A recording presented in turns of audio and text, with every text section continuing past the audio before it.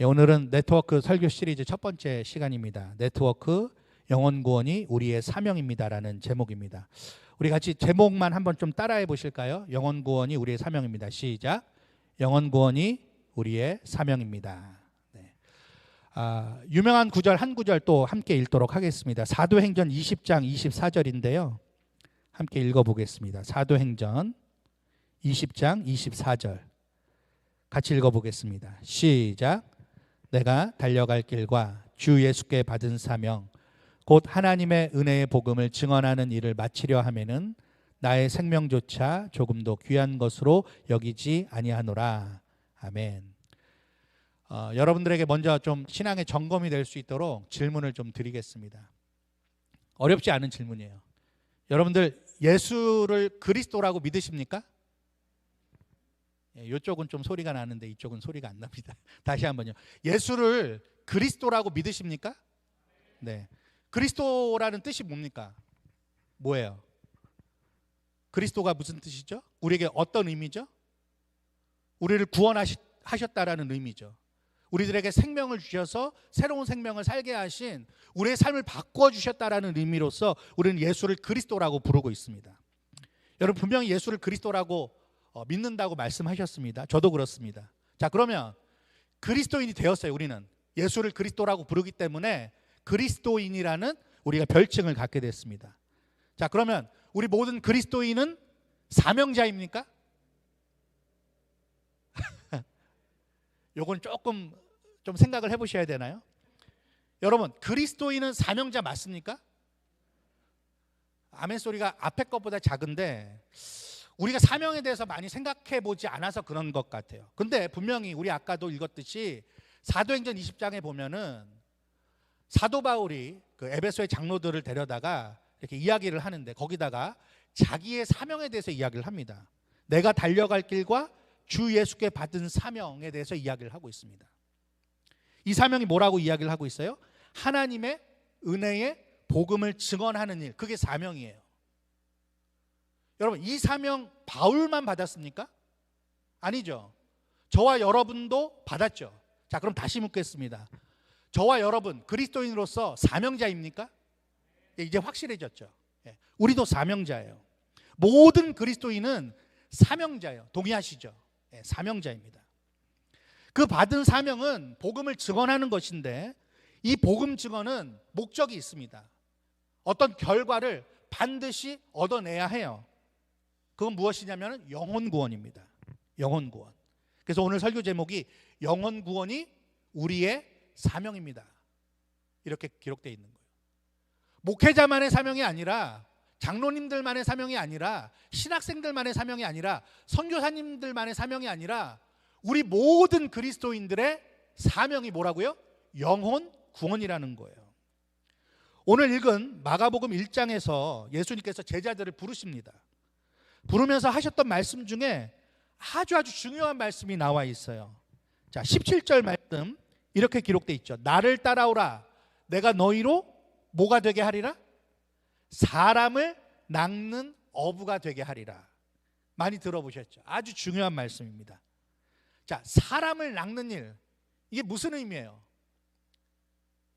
사람을 이렇게 지나가다가 낚아채는 겁니까? 그거 얘기하는 게 아니잖아요. 뭐예요? 영혼 구원이에요. 영혼 구원. 영혼 구원의 사명을 우리 예수님께서는 비유적으로 얘기를 하신 거예요. 사람을 낚는 어부. 그래서 예수 믿는 모든 그리스도인들은요, 뭐가 된 겁니까? 사람 낚는 어부가 된 거예요. 저와 여러분들은 사람 낚는 어부입니다.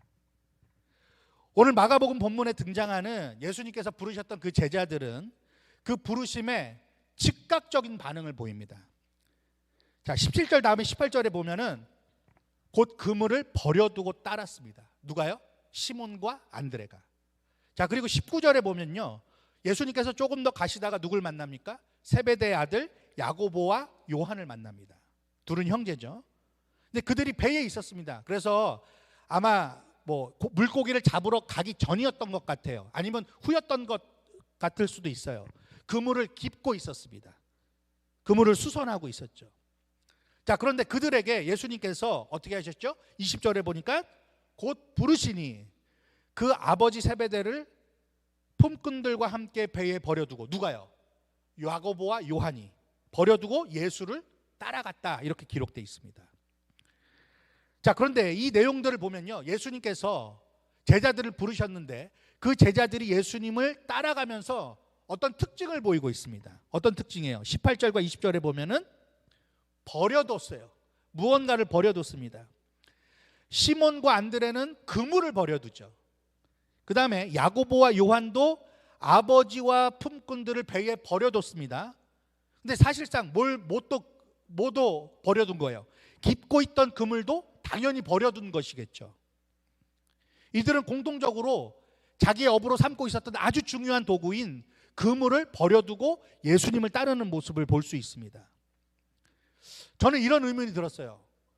도대체 이 4명의 제자들이 뭘 보고서, 뭘 생각하고서 그렇게 갑작스러운 주님의 부르심에 곧장 반응할 수 있었을까? 참 신기합니다. 도대체 사람 낚는 어부라는 그 뜻을 이들이 뭐라고 이해를 했을까? 좀 알 길이 없어요. 이들이 그것을 영혼 구원으로 이해했는지 아마 그렇지 않았을 것 같아요. 어쨌든 뭐라고 이해했기에 그 소중하고 익숙했던 그 물고기 잡는 일, 그리고 물고기 잡는데 아주 소중한 그 그물이라는 도구를 버려두고 당장 주님을 따랐는가 의문이 들더라고요. 잘 모르겠습니다. 아마 천국 가서 물어봐야 될 것 같아요. 그런데 우리 예수님이 사람 낚는 어부가 되게 하리라고 말씀을 하셨는데, 그 말씀을 하셨다는 것은 예수님 편에서 생각해 봤을 때는 아주 확실하고 분명한 것이 있다라는 생각이 들었습니다. 그건 뭐냐면 사람을 낚는 어부가 되게 하시겠다라고 말씀하셨을 때는 예수님 편에서 그들에게 무언가 줄 도구를 준비하셨다라는 뜻이 아니었을까라는 생각을 해보았습니다. 그래서 예수님께서 사람 낚는 어부, 이 영혼 구원을 위해서 제자들에게 주셨던, 제자들을 위해서 준비해 두셨던 3가지를 오늘 살펴보고자 합니다. 3가지 단어로 여러분들과 이 내용을 살펴보고자 원하는데요. 자, 첫 번째 이 단어를 한번 기억해 보시죠. near, 영어 단어입니다. near, 가까이라는 의미죠. 가까이. 오늘 본문 14절 15절에 보시면 예수님께서 갈릴리에 오셔서 하나님의 복음을 전파하여 말씀하시기를, 자 15절 상반절에 뭐라고 돼 있죠? 때가 찼고 하나님의 나라가 어떻게 왔다고요? 가까이 왔으니, 이렇게 기록되어 있습니다. 영어 성경에도 이렇게 되어 있어요. NIV에 보면은 The time has come, the kingdom of God has come near라고 되어 있어요. 가까이라는 말이 쓰여졌습니다. 자, 먼저 때가 찼다라는 말이 있죠. 때가 찼다. 어떤 특별한 때, 정해진 때가 된 것입니다. 그 시간이 이미 온 것이에요. 그걸 예수님께서 말씀하고 계십니다. 자, 그런데 이 시간이 왔다라는 의미는요, 어떤 분위기를 이야기를 해주고 있냐면 영어로 표현하면 urgency를 표현해주고 있어요. emergency가 아니라 urgency입니다. 그러니까 응급 상황이 아니라 긴급 상황이 됐다는 거예요. 여러분, 그럼 응급과 긴급의 차이가 뭘까요? 응급은요, 갑작스레 우연한 사고로 인해서 어떤 대응을 해야 되는데 그런 상황을 우리가 응급 상황이라고 이야기를 하죠. 갑작스러운 상황, 계획을 하지 않은 겁니다. 갑자기 닥쳐온 거죠. 그런데 긴급 상황은요, 예고된 것입니다. 이때가 바로 올 거야. 이때 무슨 일이 있을 거야. 근데 그 상황이 코앞의 현실로 이미 다가왔을 때, 그걸 우리는 긴급 상황이라고 합니다. 자, 예수님께서는 바로 이 긴급 상황을 선언하시기 바로 직전에 세례 요한의 모습에서 이미 긴급한 분위기를 우리는 읽어낼 수 있어요. 마가복음 1장 앞부분에 보면요, 세례 요한이 광야로 갑니다. 광야에 가서 죄 사함을 받게 하는 회개 세례를 전파하기에 이르릅니다. 회개하라고 계속해서 외칩니다. 그리고 사람들이 나왔을 때 세례를 줬습니다. 그런데 얼마 지나지 않아서 이 세례 요한이 붙잡히게 되죠. 오늘 본문 14절에 보면 요한이 잡혔다라는 구절로 시작을 하게 됩니다. 이 긴급한 분위기가 더 고조되고 있는 것입니다. 이런 상황 속에서 예수님께서는 그 긴급함의 구체적인 내용이 무엇인지를 전해주고 있는 거예요. 여러분, 세례 요한이 와서 갑자기 긴급해졌습니까? 그것도 아니에요. 이미 많은 선지자들을 하나님께서 보내주셔서 많은 사람들이 심판받고 죽을 수 있다라는 것을 이야기하셨습니다. 그러다 한동안 침묵하시다가 하나님께서는 세례 요한을 보내셔서 긴급한 상황을 다시금 사람들에게 알려주셨던 거예요. 그 긴급함 속에서 예수님께서 때가 찼다라고 말씀하셨던 것이죠. 그럼 어떤 때가 찼던 것인가요? 어떤 때가 찼습니까? 그 다음 구절을 보면 됩니다. 하나님의 나라가 가까이 왔다라는 거예요. 그게 긴급함의 구체적인 내용입니다. 자, 여기서 하나님 나라가 가까이 왔다 하니까는 어떤 분들은 아직은 안 왔구나, 아직은 시간이 있구나, 이렇게 오해하실 수도 있습니다. 근데 사실은요, 이것을 이렇게 번역하면 더 좋을 것 같아요. 이미 왔다는 거예요. 이미 왔다. 헬라어로 엥기켄이라는 단어가 쓰여졌는데요, 현재 완료형으로 돼 있어요. 가까이 오다가 이제는 내 앞에 딱 멈춘 거예요. 그러니까 이제는 내 현실이 된 겁니다. 물론 그 나라가 완성된 것은 아니죠. 하지만 가까이 오긴 왔는데 아직 더 기다려야 되는, 아직 시간이 있고 기회가 있는, 그건 아니라는 거예요. 이미 왔고 그 하나님의 나라는 이미 시작되었다는 것을 예수님께서 선포하고 계시는 것입니다. 우리가 그렇게 해석할 수 있는 다른 본문에서의 증거를 좀 말씀드리겠는데요, 마가복음 14장 42절에 보니까 예수님께서 이제 잡혀가시기 직전에 이런 말씀을 제자들에게 하셨습니다. 일어나라, 함께 가자. 보라, 나를 파는 자가 가까이 왔느니라. 자, 여기서 가까이 왔다고 주님께서 분명히 말씀하셨어요. 이 마가복음 1장 15절에 하나님의 나라가 가까이 왔다라는 그 말과 동일합니다. 동일한 단어예요. 자, 그런데 14장 43절 상반절에 보니까 예수님께서 뭐라고 말씀하세요? 예수께서 말씀하실 때에 곧 12 중에 하나인 유다가 왔는데, 자, 예수님께서 나를 파는 자가 가까이 왔다라고 했을 때 이미 누가 왔어요? 유다가 왔어요. 가룟 유다가 온 거예요. 이런 상황이라고 보시면 됩니다. 자, 그러니까 예수님께서 때가 찼고 하나님의 나라가 가까이 왔다라고 하셨을 때는 아직 시간이 남았구나, 기회가 있구나, 이게 아니라 그 하나님의 나라가 이미 내게로 와서 시작됐다라는 것을 이야기하셨다는 거예요. 그만큼 예수님께서는 그 긴박함을 우리들에게 설명해 주고 계신 것입니다.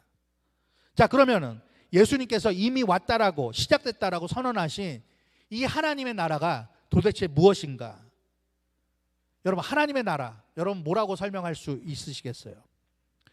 하나님의 나라는요, 말 그대로 하나님께서 만드신 나라예요. 하나님께서 시작하시고 그래서 하나님의 소유된 나라입니다. 이건 전 세계적이에요. 전 우주적입니다. 그리고 하나님이 왕으로서 통치하시는 나라입니다. 그리고 하나님의 심판의 권세가 있는 아주 무서운 나라예요.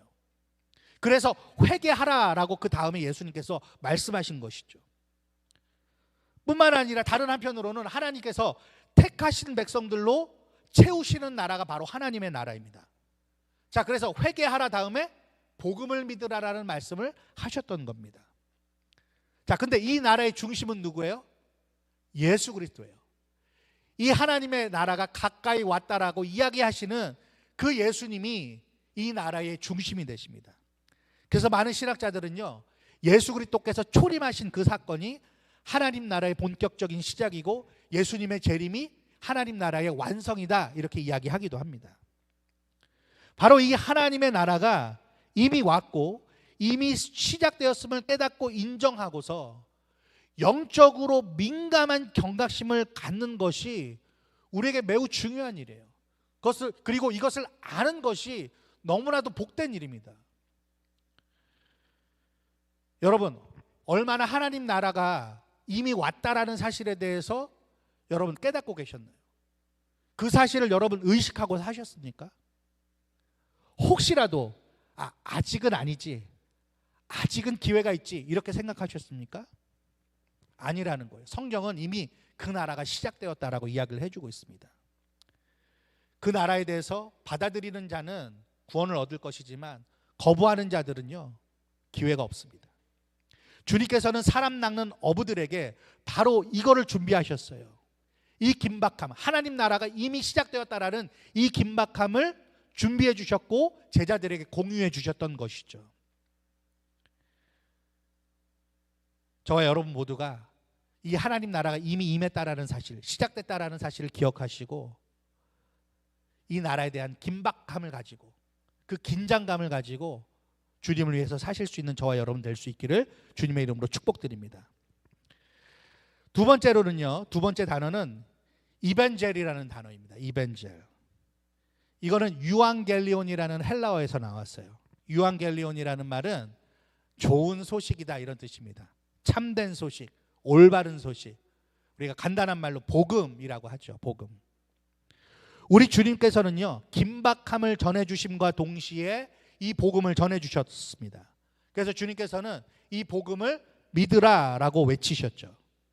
그래서 우리 모든 그리스도인들, 우리 모든 사명자들은요, 이 긴박함과 동시에 복음이 무엇인지를 제대로 알아야 합니다. 자, 그러면 우리에게 믿으라고 하신 복음이 뭡니까, 여러분? 매주 우리가 거의 복음 설교를 듣는데 복음이 도대체 뭐예요? 여러분 복음을 뭐라고 설명하시겠어요? 만약에 믿지 않는 자들이 복음이 도대체 뭡니까? 나에게 좀 설명을 해 주십시오. 그러면 뭐라고 이야기를 하시겠어요? 이 복음에 대해서 우리가 제대로 알아야 됩니다. 첫 번째, 우리들은 어떤 상황에 처해 있다는 것입니다. 모든 인간은요, 나쁜 상황에 처해 있다는 거예요. 어떤 상황이냐? 죄악의 권세에 붙들려 있다는 것입니다. 죄악의 권세에 지배받아왔다는 거예요. 자, 에베소서 2장 2절 같이 한번 읽어볼까요? 에베소서 2장 2절입니다. 시작. 그때에 너희는 그 가운데서 행하여 이 세상 풍조를 따르고 공중의 권세 잡은 자를 따랐으니 곧 지금 불순종의 아들들 가운데서 역사하는 영이라. 자, 우리의 상태를 이야기해 주고 있습니다. 우리가 어떤 상태였어요? 세상의 풍조를 따르고 공중의 권세 잡은 자들을 따르고 불순종의 아들들 가운데서 역사하는 그 영을 따랐다는 거예요. 우린 그런 존재였다는 거예요. 사도 바울은요, 아그리빠 왕 앞에서 간증할 기회가 있었는데 뭐라고 이야기를 했었냐면, 나는 예수 믿기 전에 어둠에 있었다, 사단의 권세에 있었다, 이렇게 이야기를 했습니다. 골로새 교회 성도들에게는 사도 바울이 나는 흑암의 권세에 있었다, 우리 모두가 다 그런 처지였다라고 이야기를 한 적이 있습니다. 그런데 문제는요, 이런 상황 가운데 있는데도 불구하고 그것을 해결할 수 있는 능력이 우리에게는 없다라는 것이 참 절망적인 거예요. 그 상황으로부터 우리 스스로를 건져낼 수 있는 능력이 그 누구에게도 없다는 것입니다. 심지어는 그 상황 속에서도 흑암의 권세에, 그 악한 사단의 권세에 붙잡혀 있는데도 불구하고 내 스스로 빠져나와야 되겠다라는 생각조차도 못하는 것이 인간의 실상이라는 거예요. 이런 실상을 보면요, 얼마나 절망적입니까? 사도 바울은 그래서 로마서 7장에 그러한 자기 자신을 들여다보면서 많은 이야기를 해주고 어떤 결론을 우리에게 줍니다. 그건 무엇이냐면 원치 않는 악을 자꾸 행하는 내 자신을 발견한다는 거예요. 근데 그런 내 자신 속에 내가 이길 수 없는 죄의 권세가 있다는 거예요. 그 죄의 실체를 보고서 사도 바울이 이렇게 한탄을 했습니다. 로마서 7장 24절 같이 한번 읽어볼까요? 시작. 오호라 나는 곤고한 사람이로다. 이 사망의 몸에서 누가 나를 건져내랴. 정말 탄식하는 마음으로 오호라 나는 곤고한 사람이로다.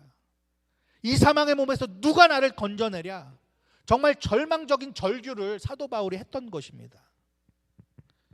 자, 그런데 이 문제가 우리의 능력으로, 우리의 의지로 해결될 수 없는 이 문제가 근데 해결됐다는 거예요. 어떻게 해요? 하나님께서 자기 아들을 보내주셔서 죽게 하심으로써 값을 치르셨고 우리를 대신 건져내셨다라는 좋은 소식이 들려왔다는 거예요. 절망이 소망으로 바뀌는 순간이죠. 자, 그래서 오호라 나는 곤고한 사람이로다. 이 사망의 몸에서 누가 나를 건져내랴. 이렇게 사도 바울이 고백하고서는 그 바로 다음에 로마서 7장 25절에서 8장 2절까지 뭐라고 이야기를 하는지 아세요? 우리 주 예수 그리스도로 말미암아 하나님께 감사하리로다. 누가 나를 건져내랴 그렇게 한탄하다가 갑자기 예수 그리스도의 이름을 부르면서 하나님께 감사합니다. 그리고 나서 8장 1절 2절 그 유명한 구절 뭐죠? 그러므로 이제 그리스도 예수 안에 있는 자에게는 결코 뭐가 없다고요? 정죄함이 없나니 이는 그리스도 예수 안에 있는 생명의 성령의 법이 죄와 사망의 법에서 너를 해방하였습니다. 할렐루야. 이 은혜를 누리게 됐다는 거예요. 자, 사도 바울은요, 로마서에서 이 과정 속에 어떤 일이 있었는지를 잘 설명해 주고 있어요. 로마서 4장 25절 같이 한번 읽어보겠습니다. 시작. 예수는 우리가 범죄한 것 때문에 내줌이 되고 또한 우리를 의롭다 하시기 위하여 살아나셨느니라. 자, 예수 그리스도께서 죄의 권세에 얽매여 있는 우리들을 위하여서 스스로 랜섬이 되셨다는 거예요. 포로가 되셨다는 거예요. 내줌이 되고, 그게 그 뜻입니다. 예수님 자신이 우리를 위하여서 내주는 랜섬 머니가 되신 거예요. 로마서 8장 32절에 보니까 그러한 일들을 계획하신 하나님에 대해서 소개를 하고 있는데요. 뭐라고 소개하냐면 자기 아들을 아끼지 아니하시고 우리 모든 사람을 위하여 내주신 이게 누구예요? 예수님을 랜섬 머니로 내어주신 그 하나님, 그 일을 계획하고 주도하신 분이 바로 우리 하나님이라는 것을 사도 바울이 소개를 해주고 있습니다. 그리고 사도 바울은요, 자기가 쓴 편지에 여러 곳에서 우리의 존재에 대해서 이야기를 합니다. 우리는 값으로 산 존재다. 값으로 사신 것이다. 여러분, 그 결과 어떻게 됐습니까? 우리의 모든 절망이 소망으로 바뀌었어요. 새로운 신분으로 살게 됐어요. 그 구절 함께 읽어보죠. 요한복음 1장 12절입니다. 시작. 영접하는 자, 곧 그 이름을 믿는 자들에게는 하나님의 자녀가 되는 권세를 주셨으니 할렐루야. 네. 새로운 신분, 하나님의 자녀. 이제 마귀의 자녀가 아니라, 악한 어둠의 세력의 자녀가 아니라 하나님의 자녀로 하나님의 통치 아래 하나님의 나라의 백성으로 초대받아서 영원히 살 수 있게 됐다는 거예요. 그게 저와 여러분들에게 들려진 뭐예요? 이벤젤, 복음이라는 거예요. 복음. 이제 더 이상 우리가 하나님의 심판을 두려워하지 않아도 돼요. 왜요? 예수님께서 우리의 모든 죄를 위하여서 자기 자신을 내어준 바 되셨기 때문에. 사도 바울은 로마서에서 그러한 우리들의 모습을 보면서 이렇게 설명을 합니다. 더욱 은혜와 의의 선물을 넘치게 받는 자들, 감히 하나님의 은혜를, 하나님의 의를 넘치게 받는 자들로 우리들을 선택해 주셨다는 거예요. 그리고 예수님이라는 그 왕께서 통치하시는 그 나라에서 영원한 생명을 누릴 수 있게 되었다라고 사도 바울이 고백을 하고 있습니다. 사도 요한이 쓴 요한계시록에 보니까요, 그 하나님의 나라를 소유하게 된 저와 여러분들 같은 모든 하나님의 자녀들의 특권을 이야기를 해주고 있는데요, 요한계시록 22장에 다시는 저주가 없는 그 나라에서 살게 된다, 이렇게 이야기를 합니다. 밤이 없는 세상에서 살게 되고요, 등불과 햇빛도 쓸데없는 세상이 된다는 거예요. 왜요? 주께서 빛이 되시기 때문에. 하나님이 그 모든 택하신 사람들에게 빛이 되어주시기 때문에 더 이상 등불이나 햇빛이 필요 없게 됐다는 것입니다. 뿐만 아니라 하나님이 예수 그리스도께서 왕 되시는 것처럼 자녀된 우리 모두가 왕 노릇한다는 거예요. 왕의 권세를 가지고 살게 된다는 것을 우리들에게 이야기해 주고 있습니다. 여러분, 애굽과 바로의 압제에서 노예 생활을 했던 이스라엘 백성들을 생각해 보십시오. 얼마나 절망적이었습니까? 절망 가운데서 살던 그들의 고통을 근데 하나님이 보셨어요. 하나님이 그 고통을 보시고 건져내셨습니다. 자기 백성으로 삼으시기로 작정하셨던 그 뜻을 펼쳐내십니다. 더 이상 세상의 노예가 아니라 하나님의 백성으로서 기쁨과 자유를 누리면서 살게 하시려고 그들을 그 애굽 땅에서 꺼내시죠. 그리고 약속하십니다. 열방 중에서 이 이스라엘을 가장 으뜸되는 나라, 으뜸되는 백성으로 만들겠다라고 약속을 하십니다. 근데 여러분, 그 일을 위해서 누가 희생하시는 줄 아십니까? 그것을 상징하고 암시하는 것이 바로 출애굽기 12장에 나오는 6월절의 어린 양이에요. 백성들의 희생이 아니라, 모세의 희생이 아니라, 아론의 희생이 아니라 하나님 편에서 희생을 하시겠다는 거예요. 그 일을 위해서. 당시에 이스라엘 백성들은요, 그 일에 대해서 희미하게 봤습니다. 그림자만 봤어요. 근데 저와 여러분들은 어떻죠? 예수 그리스도 안에서 신구약 성경 전체를 가지고서 온전히 그 일에 대해서 깨닫게 되었습니다. 보게 되었어요. 얼마나 큰 특권이고 축복입니까? 이 복음, 십자가의 복음과 이 천국 복음이 합쳐진 이 복음, 그래서 우리의 죄가 사해졌다라는 은혜, 천국에 영생하면서 왕노릇 하게 된다는 이 은혜, 이 은혜를 이 복음을 통하여서 우리 주님께서는 우리들에게 깨닫게 해주셨고 우리의 것이 되게 해주셨어요. 여러분, 이 복음을 왜 주셨다고요?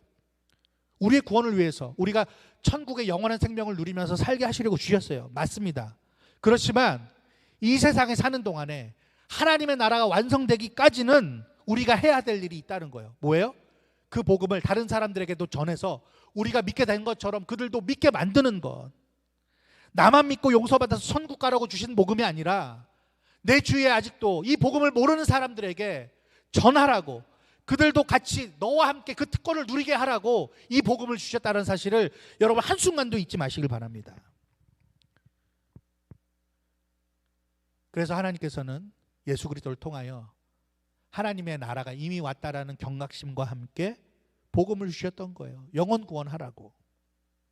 근데 여러분, 이 복음을 이렇게만 전하면, 제가 여러분들에게 지금 설명한 것처럼만 전하면요, 사실 듣는 사람들이 제대로 이해하기도 어렵고 듣게 만들기도 참 어렵습니다. 그래서 필요한 것이, 우리 주님께서 우리에게 주신 것이 테스티모니예요. 간증입니다. 간증. 이 복음을 믿고 그 믿음 안에서 실제로 살아내는 사람들의 이야기가 필요한 것이죠. 그런 이야기가 있어야만 강력해지는 것입니다. 하나님께서 나를 구원해 주셔서 나로 하여금 하나님을 경험하게 하신 것, 예수님에 대하여서 경험하게 하신 것, 그 모든 것들을 내게서 소화된 말로, 소화된 이야기로 증언을 해야 되는 것이죠.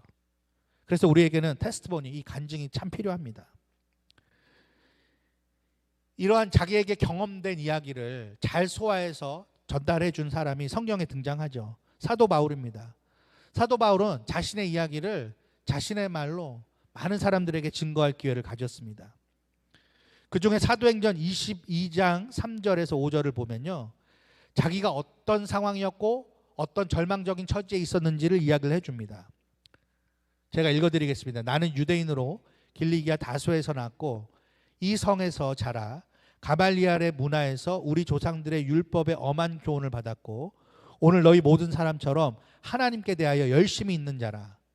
내가 이 돌을 박해하여 사람을 죽이기까지 하고 남녀를 결박하여 옥에 넘겼노니 이에 대제사장과 모든 장로들이 내 증인이라. 또 내가 그들에게서 다메섹 형제들에게 가는 공문을 받아가지고 거기 있는 자들도 결박하여 예루살렘으로 끌어다가 형벌받게 하려고 가더니. 지금 자기가 얼마나 부끄러운 짓을 했는지를 낱낱이 이야기해주고 있어요. 사실 어떻게 보면 숨겨야 될 이야기인 것 같은데 다 공개를 합니다. 자, 이 사람이 이제 가다가 어떤 일이 벌어졌는지를 계속해서 간증을 합니다. 사도행전 22장 7절부터 보면요, 내가 땅에 엎드러져서 들려오는 소리를 들었다는 거예요. 이르되 어떤 소리가 들렸느냐, 사울아 사울아 네가 왜 나를 박해하느냐, 이런 소리를 들었다는 거예요. 사도 바울이 대답을 했죠. 주님 누구십니까? 또 주님께서 말씀하십니다. 나는 네가 박해하는 나사렛 예수라. 이 예수님을 맞닥뜨리게 된 것이죠. 이 사도 바울에게 들려온 이 말씀을요, 다른 사람들은 듣지 못했습니다. 오직 이 사도 바울에게만 하셨던 주님의 말씀이었어요. 죄악 가운데서 스스로 사도 바울은 나는 잘하고 있지, 나는 열심히 하고 있지, 심지어 하나님께 대해서 나는 열심히 하고 있어, 최선을 다하고 있어. 그런데 예수님께서는 나타나셔서 이 사도 바울에게 뭐라고 말씀하셨다는 거예요? 네가 지금 나를 박해하고 있어. 너는 지금 너무나도 큰 죄를 짓고 있어 라는 말을 해주셨다는 것입니다. 자, 그러면서 이 사도 바울이 이제 곧 만나게 될 자를 이야기해 주시죠. 그래서 아나니아를 만납니다. 근데 아나니아를 만났을 때는 이미 사도 바울의 눈이 보이지 않는 때였습니다. 그는 어둠을 경험했어요. 흑암을 경험합니다. 자, 그런데 아나니아를 만나서 사도 바울이 다시 보게 됩니다. 자, 그러면서 이 아나니아를 통하여서 어떤 말을 듣게 되는데요, 사도 바울이 14절과 15절에 있습니다. 그가 또 이르되 우리 조상들의 하나님이 너를 택하여 너로 하여금 자기 뜻을 알게 하시며 그 의인을 보게 하시고 그 입에서 나오는 음성을 듣게 하셨으니 네가 그를 위하여 모든 사람 앞에서 네가 보고 들은 것을 증인이 되리라. 자, 아나니아라는 사람을 통해서 주님께서 무슨 말씀을 하시냐면 네가 의인이신 예수님을 보게 되었고 그 입에서 나오는 음성을 듣게 되었는데 너는 이제 그것을 보고 들은 것을 증거하는 증인이 될 거다. 사명자가 될 거다라고 이야기를 해 주십니다. 그리고 마지막 부분에 보면요, 이 사도 바울이 이방인에게까지 보내지는 사명자로 세워지심을 우리가 보게 됩니다. 이렇게 사도 바울은요, 구체적으로 자기의 절망적인 상황, 자기가 얼마나 죄악이 많은 사람이었는지를 이야기해 줬지만 그러한 사람이었던 사도 바울에게 주님이 찾아와 주셨고 주님께서 그를 사명자로 세우시는 놀라운 복된 소식을 듣게 된 것을 증언했습니다. 여러 차례 여러 사람 앞에서 이 증언을 했습니다. 여러분들도 이 구체적인 복음에 대한 증거를 갖고 계십니까? 여러분들의 삶에서 하나님께서는 어떻게 역사하셨고 여러분들 그 죄악 가운데서, 흑암 가운데서, 사단의 권세 가운데서 어떻게 건져주셨는지 여러분들은 무슨 말로 이야기를 하실 수 있습니까?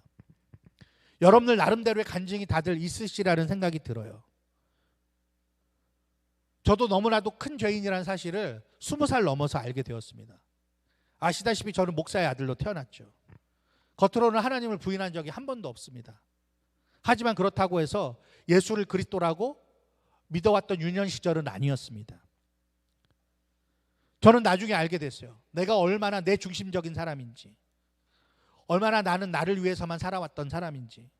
하나님을 부인한 적이 없다라고는 이야기를 하지만 실생활 가운데서 내 마음 가운데서는 주님을 주님의 자리에 두지 못했던 제 자신을 저는 군대 갔다 와서 발견을 하게 되었습니다. 나야말로 허물과 죄로 죽었던 사람이구나 라는 사실을 깨닫게 되었고요. 내가 주인이 되어서 참 주인이신 하나님을 멸시했구나라는 것을 그제서야 깨닫게 되었습니다. 심지어 죄악을 여전히 즐거워하는 내 자신을 보게 되었습니다. 절망과 좌절감조차도 깨닫지 못하는 어리석은 제 자신을 너무나도 많은 순간에 발견하게 되었어요. 저는 히브리서에 있는 말씀 중에 6장에 있는 말씀이 참 두렵습니다. 지금도 어떨 때는 두려운 마음이 들 때가 있어요. 히브리서 6장 4절에서 6절에 보면은 이런 말씀이 있더라고요. 한번 빛을 받고 하늘의 은사를 맛보고 성령에 참여한 바가 되고 하나님의 선한 말씀과 내세 능력을 맛보고도 타락한 자들은 다시 새롭게 하여 회개하게 할 수 없나니 이는 그들이 하나님의 아들을 다시 십자가에 못 박아 드러내놓고 욕되게 함이라. 저는 이 말씀에 찔린 적이 너무나도 많이 있었습니다. 그래서 어떨 때는 내가 구원받지 못하는 것은 아닌가라는 생각도 들 때가 있었어요. 그 정도로 저는 형편없는 사람이었습니다. 근데 군대를 제대하고 어느 날 후배들과 함께 낙도에 선교를 갔어요. 그 선교를 가서 저는 제 인생에서 제가 기억나는 한 최초의 십자가 복음 설교를 듣게 되었습니다. 그때 제가 얼마나 큰 죄인인지를 알게 됐어요. 얼마나 소망이 없는 자인지를 그때 처음 깨닫게 되었습니다. 죄인들을 위하여서 나를 대신하여서 십자가에 위해서 죽으신 그 주님이 아니면 나에게는 아무런 소망이 없다라는 것을 그때 처음 깨달았습니다. 그때 예수님으로 인해서 내가 용서받았다는 사실도 알게 되었고 자유케 된 그 기쁨과 감격과 감사와 또 충성과 헌신을 다짐했던 그런 기억이 있습니다. 제가 그때 그 설교를 듣고서요 이런 다짐을 했어요.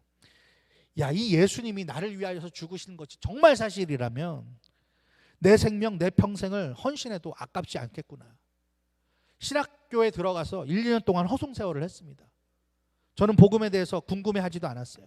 성경을 열심히 읽지도 않았습니다. 근데 군대를 다녀오고 나서 이 선교에 가서 십자가 복음을 처음 제대로 듣고 나서 내 인생의 방향을 틀어야 되겠구나. 이 주님을 위하여, 나를 대신 죽으신 이 주님을 위하여 내 인생을 쓸 수 있게만 된다면 내 인생이 아깝지 않겠구나라는 생각을 처음 하게 되었습니다. 여러분들에게도 이런 간증이 있으시라고 생각이 듭니다. 그런데요, 제가 여러분들에게 이 간증에서 강조하고 싶은 부분이 있습니다. 간증은요, 주로 우리 기독교인들이 쓰는 용어잖아요. 어떤 종교적인 체험, 뭔가 보기도 하고 뭔가 느끼기도 하고, 그래서 하나님을 만나고 이런 것들을 이야기를 하는 것이 간증이죠. 근데 여러분, 이 간증이라는 단어에 이 간자가요, 저도 이번에 설교를 준비하면서 처음 알았는데요, 이 방패 간자를 쓰거든요. 근데 이 방패 간자에 또 다른 뜻이 있더라고요. 뭔지 아십니까? 범죄했다라는 의미가 있더라고요. 범죄했다. 죄라는 의미가 있습니다. 그러니까는 옛날에 이 간증이라는 말이 기독교 안에서 말고 바깥에서 쓰였을 때 어떻게 쓰였냐면은 자기의 죄에 대하여서 증언하는 거, 또 혹은 다른 사람의 죄에 대하여서 증인하는 증인을 그 간증이라고 했습니다. 그리고 혹은 그 증언을 간증이라고 했더라고요. 그래서 우리들은요, 우리가 그리스도인으로서 이 용어를 썼을 때, 이 간증이라는 말을 썼을 때 먼저 어디에 포커스를 맞춰야 하냐면 내 죄에 대하여서 사도 바울처럼 드러내는 것입니다. 나는 이렇게 주님을 멸시한 자였다. 주님을 배반한 자였다. 이 죄를 주님께서 깨닫게 해주셨다. 이 부분에 초점을 맞춰서 간증을 해야 된다는 거예요. 우리가 보통 간증을 하면요, 막 입신을 해가지고 천국에 갔다 온 거, 뭐 기적과 같이 내 병든 몸이, 세상에서는 고치지 못할 병이 낫게 되었다는 거, 물론 그것도 하나님 주시는 은혜입니다. 간증될 수 있습니다. 없다는 게 아니에요. 그런데 성경적인 간증은 무엇이냐면, 주님께서 기뻐하시는 간증은 사도 바울의 모범을 통해서도 알 수 있듯이 내가 얼마나 큰 죄인인가를 깨닫게 되고 내가 그 깨달은 것을 사람들에게 고백할 수 있는 것, 그것이 간증에서 너무나도 중요한 요소라는 것입니다. 그래서 주님께서는요, 복음을 믿으라 말씀하시기 전에 회개하라 하셨던 거예요. 오늘 본문 15절에 보니까 때가 찼고 하나님의 나라가 가까이 왔으니 복음을 믿으라 안 그러셨어요. 회개하라가 먼저 왔습니다. 아까도 말씀드렸죠. 하나님의 나라는요, 좋은 것입니다. 기쁨이 가득한 것이고 즐거운 것입니다. 그러나 그 하나님의 나라를 받아들이지 않는 자에게는 뭐가 임한다고요? 심판이 임하기 때문에 회개하라는 말을 주님께서 빼놓지 않고 하셨던 것이죠. 여러분, 우리가 뭘 회개해야 되겠습니까? 우리의 교만한 죄를 고백하고 회개해야 합니다. 내 공로와 내 경험으로 내가 하나님 없이도 잘 살아왔던 것처럼, 그리고 앞으로도 하나님 없이도 잘 살 수 있는 것처럼 생각하고 말하는 그 교만의 죄를 우리는 회개해야 합니다. 그리고 또한 우리는 음란의 죄를 고백하고 회개해야 합니다. 이건 단순히 육체적인 성적인 음란만 이야기를 하는 것이 아니에요. 하나님보다 더 사랑하는 것, 그게 음란이라는 것입니다.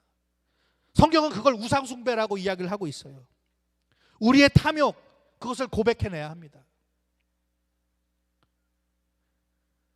또한 하나님의 말씀에 귀 기울이지 않고 살아왔음도 우리는 고백해야 할, 회개해야 할 죄라는 것입니다. 수많은 선지자들이, 또 세례 요한이, 심지어는 최후에 하나님의 아들이신 이 예수 그리스도까지 오셔서 하나님의 말씀을 증거해 주셨지만 우리들은 많은 순간 그 말씀을 외면해 왔습니다. 우리들은 하나님의 그 은혜의 말씀을 생각하면요, 얼마나 많은 순간 배은망덕해 왔는지 고백하지 않을 수 없어요. 우리는 정말 하나님께, 예수 그리스도께, 우리를 위하여서 생명을 내어주신 그 예수님께 의리라고는 조금 눈꼽만큼도 없는 그런 존재가 아닌가라는 생각이 듭니다. 혹시 우리가 이렇게 교회 매주일 왔는데 이것으로만 만족하는 무늬만 그리스도인은 아닌가 생각해 봐야 된다는 거예요. 우리가 진정으로 하나님의 자녀된 권세를 가지고 살아간다라고 이야기할 때는 하나님의 말씀에 순종하는 모습이 있어야 된다는 거예요. 그 말씀의 순종의 모습으로 살려면 먼저 말씀에 귀 기울이지 못했던, 순종하지 아니했던 내 자신을 하나님 앞에 드러내놓고 고백할 수 있어야 한다는 것입니다. 말씀을 맺겠습니다. 물고기 잡는 어부로서 자기의 분신과도 같은 그 그물들을 버려두고서 예수님을 따랐던 베드로, 이 베드로가 여러분 어떻게 됐는지 다 아시죠? 과연 예수님께서 예비해 두셨던, 그리고 베드로에게 주셨던 그 새로운 그물, 이 그물을 받아서 잘 사용했을까요? 예, 베드로 잘 사용했습니다. 여러분, 그에게는 하나님의 임재에 대한, 하나님의 나라에 대한 긴박함이 있었습니다. 베드로전서 4장 7절에 보니까 만물의 마지막이 가까이 왔으니 이렇게 고백을 합니다. 그러므로 너희는 정신을 차리고 근신하여 기도하라라고 성도들에게 이야기를 했습니다. 이 의식이 있었어요. 베드로는 또 베드로전서 2장 24절에 친히 나무에 달려 그 몸으로 우리의 죄를 담당하셨으니 이는 우리로 죄에 대하여 죽고 의에 대하여 살게 하려 하심이라. 그가 채찍에 맞음으로 너희는 나음을 얻었나니. 복음에 대한 확실한 인식이 있었어요. 마지막으로 베드로 전후서가 그의 간증이었습니다. 그가 죄에서 어떻게 건짐을 받았고 어떻게 새로운 사람이 되어서 예수 그리스도를 위해서 사는 사람이 되었는지 너무나도 귀한 간증을 해주고 있습니다. 베드로전서 1장 8절과 9절에 보면요, 이 베드로가 그 그물을 사용해 오면서 자신이 경험했던 것들을 이야기하는 그 시작점에 이 글을 읽을 성도들에게 이런 이야기를 해줍니다. 베드로전서 1장 8절과 9절에 보면 예수를 너희가 보지 못하였으나 사랑하는도다.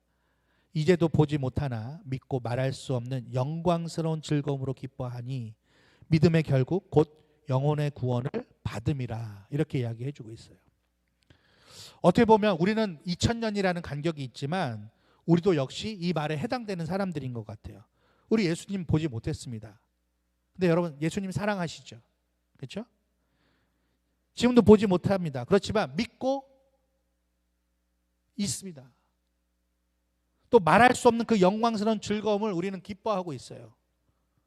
왜냐하면 믿음의 결국 영혼 구원을 받았기 때문에 그래요. 우리는 영혼의 구원을 받은 상태이기 때문에 이 믿음 안에서 예수님을 사랑할 수 있고 예수님을 즐거워할 수 있는 그런 은혜를 누리고 있다는 것입니다. 사랑하는 성도 여러분, 우리가 믿음으로 구원을 받았다고 한다면, 여러분들의 영혼이 구원받았다라고 확신을 한다면, 아까도 말씀드렸지만 이제는 뭇 영혼들이 여러분같이 구원받을 수 있도록 예수님을 사랑하고 예수님을 즐거워하고 그 천국을 소망하면서 살아갈 수 있도록 예수님께서 여러분들에게도 동일하게 주신, 제자들에게만 주신 것이 아니라 여러분들에게도 동일하게 주신 그 그물을 가지고 잘 사용하며 살아야 하지 않을까요? 그것이 우리의 사명이라는 거예요. 저와 여러분 모두가 이 구원, 영혼 구원의 사명을 잘 감당하라고 주님께서 주신 하나님의 때에 대한, 하나님 나라에 대한 이 긴박함, 그리고 복음, 그 간증을 가지고서 그것을 잘 사용하셔서 하나님께는 영광을 돌리시고 또 많은 뭇사람들을 건져내는 사람 낚는 업으로 살아갈 수 있기를 주님의 이름으로 축복드립니다. 우리 함께 그 말씀을 생각하면서 이 찬양 부르도록 하겠습니다. 온 세상 위하여 나 복음 전하리. 우리에게 주신 그 그물을 가지고 뭇 영혼들에게 복음을 전하며 살겠습니다라는 마음으로 함께 고백하도록 하겠습니다.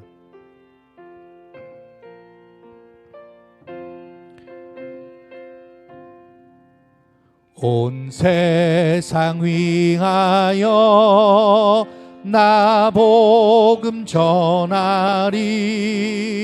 만 백성 모두 나와서 주 말씀 들으라. 죄 중에 빠져서 헤매는 자들아, 주님의 음성 듣고서 너 구원받으라. 전하고 기도해, 전하고 기도해. 매일 증인 되리라. 세상 모든 사람 다 듣고 그 사랑 알도록 온 세상 위하여 이 복음 전하리. 저 죄인 회개하고서 주 예수 믿으라. 이 세상 구하려 주 돌아가신 것 나 증거하지 않으면 그 사랑 모르리. 전하고 기도해 매일 증인 되리라. 세상 모든 사람 다 듣고 그 사랑 알도록 온 세상 위하여 주의 임하니 주 예수 이름 힘입어 이 복음 전하자.